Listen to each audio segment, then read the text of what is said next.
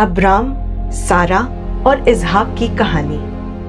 यह कहानी पवित्र बाइबल की पहली पुस्तक उत्पत्ति से ली गई है। अब्राम नाम का एक आदमी था। वह अपनी पत्नी सारे के साथ रहता था। इन दोनों का वैवाहिक जीवन सुखी था, लेकिन उनकी अपनी कोई संतान न थी। फिर एक रात परमेश्वर अब्राम से बात करने आए। उस रात परमेश्वर ने अब्राम से वादा किया कि उसको और उसकी पत्नी को एक पुत्र होगा। फिर परमेश्वर अब्राम को बाहर ले गए और कहा, आकाश को देखो, अनेक तारों को देखो, ये इतने हैं कि तुम गिन नहीं सकते। भविष्य में तुम्हारा कुटुंब ऐसा ही होगा। जब अब्राम 99 वर्ष का हुआ, तब परमेश्वर ने उससे दोबारा मुलाकात की और कहा कि अब से तेरा नाम अब्राम नहीं बल्कि अब्राहम होगा। मैं तुम्हें यह नाम इसलिए दे रहा हूँ कि तुम बहुत से राष्ट्रों के पिता बनोगे। मैं तुमको बहुत वंशज दूंगा, तुमसे नए राजा उत्पन्न होंगे। और परमेश्वर ने सारे का नाम भी बदलकर सारा रख दिया और उसे भी आशीर्वाद दिया कि वह बहुत से नए राष्ट्रों की माँ होगी। उससे राष्ट्रों के राजा पैदा होंगे। अब्राम ने अपना सिर परमेश्वर को भक्ति दिखाने के लिए जमीन पर झुकाया, लेकिन वह हंसा और अपने से बोला, मैं 100 वर्ष का बूढ़ा हूँ, मैं पुत्र पैदा नहीं कर सकता। और सारा 90 वर्ष की बुढ़िया है, वह बच्चों को जन्म नहीं दे सकती। दिन का सबसे गर्म पहर था और उस समय अब्राहम अपने डेरे के दरवाजे पर बैठा था। तभी उसके दरवाजे पर 3 आदमी पहुंचे। अब्राहम उठ खड़ा हुआ और उन्हें आदर पूर्वक नमस्कार किया और पेड़ के नीचे आराम करने के लिए कहा। उनके पैर धोने के लिए पानी लेने चला गया। अब्राहम ने उनके लिए बढ़िया भोजन, मांस, रोटी, दूध और दही की व्यवस्था की। अब्राहम का इतना गर्मजोशी से स्वागत करने से तीनों आदमी बहुत खुश हुए। उन्होंने उससे पूछा, तुम्हारी पत्नी सारा कहाँ है? वह तंबू के अंदर है, अब्राहम ने उत्तर दिया। उन्होंने अब्राहम पर अपना आशीर्वाद बरसाया और कहा, जल्द ही तू और तेरी पत्नी एक बेटे के साथ धन्य होने वाले हैं। सारा, जो तंबू के दरवाजे के पीछे छिपी थी, उसने स्वर्गदूतों की भविष्यवाणी सुनी। उसे उनकी बातों पर विश्वास नहीं हो रहा था। वह चुपचाप अपने दिल के अंदर हंसी और सोचा, मुझे इस उम्र में एक बच्चा कैसे हो सकता है? हम इसके लिए बहुत बूढ़े हो गए हैं। फिर परमेश्वर ने अब्राहम से बात की और सारा के हंसने वाली बात पे कहा, क्या यहोवा के लिए कुछ भी असंभव है? नहीं, मैं फिर बसंत में अपने बताए समय पर आऊंगा और तुम्हारी पत्नी सारा पुत्र जनेगी। तभी सारा बोली, मैं हंसी नहीं। उसने ऐसा इसलिए कहा क्योंकि वह डरी हुई थी। लेकिन यहोवा ने कहा, नहीं, मैं जानता हूं कि तू जरूर हंसी। तब वे पुरुष जाने के लिए उठे। उन्होंने सदोम की ओर देखा और उसी ओर चल पड़े। अब्राहम उनको विदा करने के लिए कुछ दूर तक उनके साथ गया। परमेश्वर ने सारा और अब्राहम को एक बेटे के साथ आशीर्वाद देने का फैसला किया, क्योंकि उसने बहुत समय पहले वादा किया था। परमेश्वर की कृपा और आशीर्वाद से सारा ने कुछ महीनों के बाद अपने पहले बच्चे की कल्पना की। अब्राहम और सारा बहुत खुश थे, क्योंकि वे जानते थे कि परमेश्वर इसे संभव बनाने जा रहे हैं।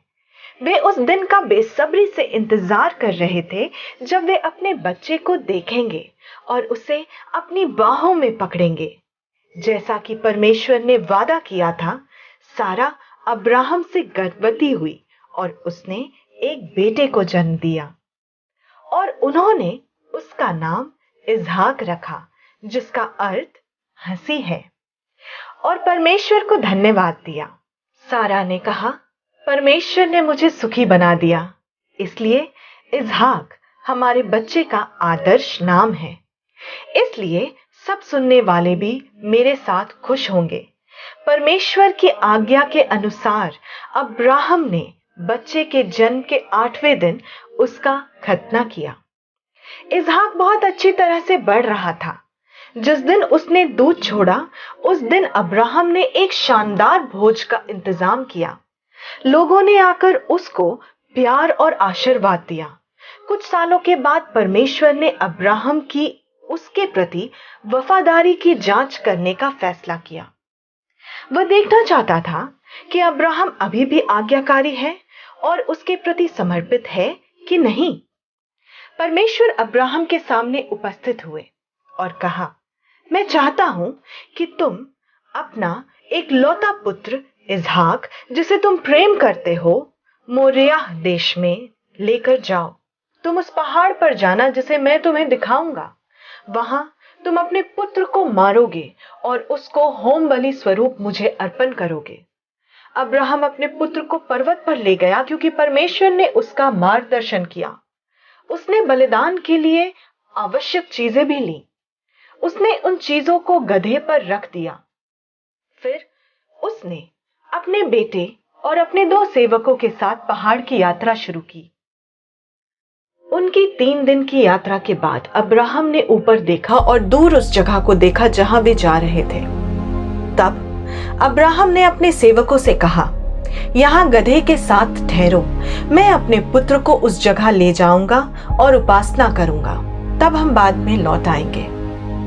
अब्राहम ने बलि के लिए लकड़ियां ली और उन्हें अपने पुत्र के कंधों पर रखा। अब्राहम ने एक विशेष छुरी और आग ली। तब अब्राहम और उसका पुत्र दोनों उपासना के लिए उस जगह एक साथ गए। इसहाक ने अपने पिता अब्राहम से कहा, पिताजी, मैं लकड़ी और आग तो देखता हूं, किंतु वह मेमना कहाँ है जिसे हम बलि के रूप में जलाएंगे? अब्राहम ने उत्तर दिया, पुत्र, परमेश्वर बलि के लिए मेमना स्वयं जुटा रहा है। इस तरह अब्राहम और उसका पुत्र उस जगह साथ साथ गए। वे उस जगह पर पहुंचे जहां परमेश्वर ने पहुंचने को कहा था। वहां अब्राहम ने एक बलि की वेदी बनाई। अब्राहम ने वेदी पर लकड़ियां रखी। तब अब्राहम ने अपने पुत्र को बांधा और वेदी की लकड़ियों पर रख दिया। जैसे ही वह अपने बेटे को चाकू से मारने वाला था, परमेश्वर का एक दूत वहां आया और उसे रोक दिया। उन्होंने कहा, अब्राहम, तुम्हें अपने बेटे को नहीं मारना है। परमेश्वर ने देख लिया कि तुम परमेश्वर का आदर करते हो और उसकी आज्ञा मानते हो।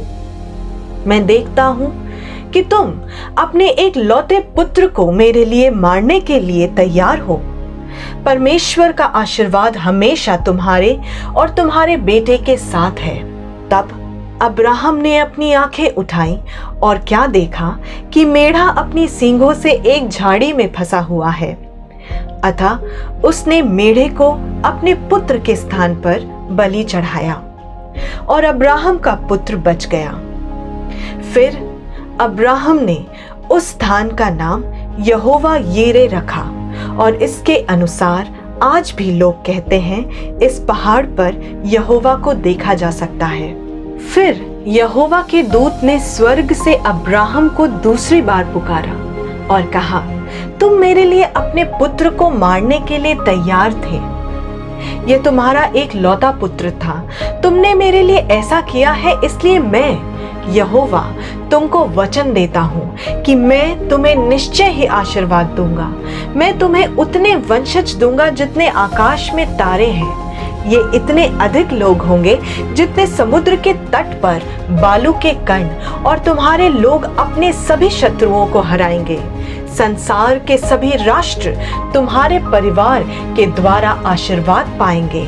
मैं ये इसलिए करूंगा क्योंकि तुमने मेरी आज्ञा का पालन किया। तब अब्राहम अपने सेवकों के पास लौट आया। उन्होंने बेरशेबा तक वापसी यात्रा की और अब्राहम वहीं रहने लगा। तो आइए देखें कि इस कहानी से और अब्राहम के जीवन से हमें क्या सीखने को मिला। ये कहानी परमेश्वर पर भरोसा करने और धैर्य से काम लेने की आवश्यकता पर प्रकाश डालती है। परमेश्वर ने अब्राहम से वादा किया कि वह उसके द्वारा एक राष्ट्र का निर्माण करेंगे और अपने वादे के अनुसार उसका उद्धार किया। सारा और अब्राहम को आशीर्वाद देकर परमेश्वर ने साबित कर दिया कि उनके लिए कुछ भी असंभव नहीं है। परमेश्वर अपने सभी वादों को पूरा करते हैं। जब सारा ने अपने बच्चे की कल्पना की तो अब्राहम और सारा बहुत बूढ़े थे। यह अन्य लोगों के लिए अविश्वसनीय था।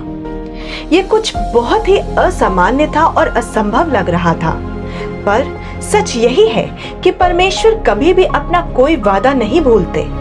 इसलिए हमें धैर्यतापूर्वक उस सही समय की प्रतीक्षा करनी चाहिए, क्योंकि हर चीज का वक्त परमेश्वर द्वारा निर्धारित किया गया है। ये कहानी हमें ये भी सिखाती है कि जैसे सिर्फ एक बार कहने पर अब्राहम अपने और सारा के एक लौते पुत्र को कुर्बान करने को तैयार हो जाता है, क्योंकि उसे परमेश्वर पर भरोसा था कि परमेश्वर कभी उसकी हानि नहीं करेंगे, वैसे ही हमें भी परमेश्वर पर भरोसा रखना चाहिए, क्योंकि हमारे पास जो कुछ है वो परमेश्वर द्वारा दिया गया है और परमेश्वर कभी हमारा बुरा नहीं चाहते। इसलिए अगर हमसे कुछ छिन भी जाए तो हमें निराश नहीं होना चाहिए, परमेश्वर से कभी सवाल नहीं करना चाहिए, क्योंकि हमारे पास जो कुछ है उस पर हमसे पहले परमेश्वर का ही तो अधिकार है।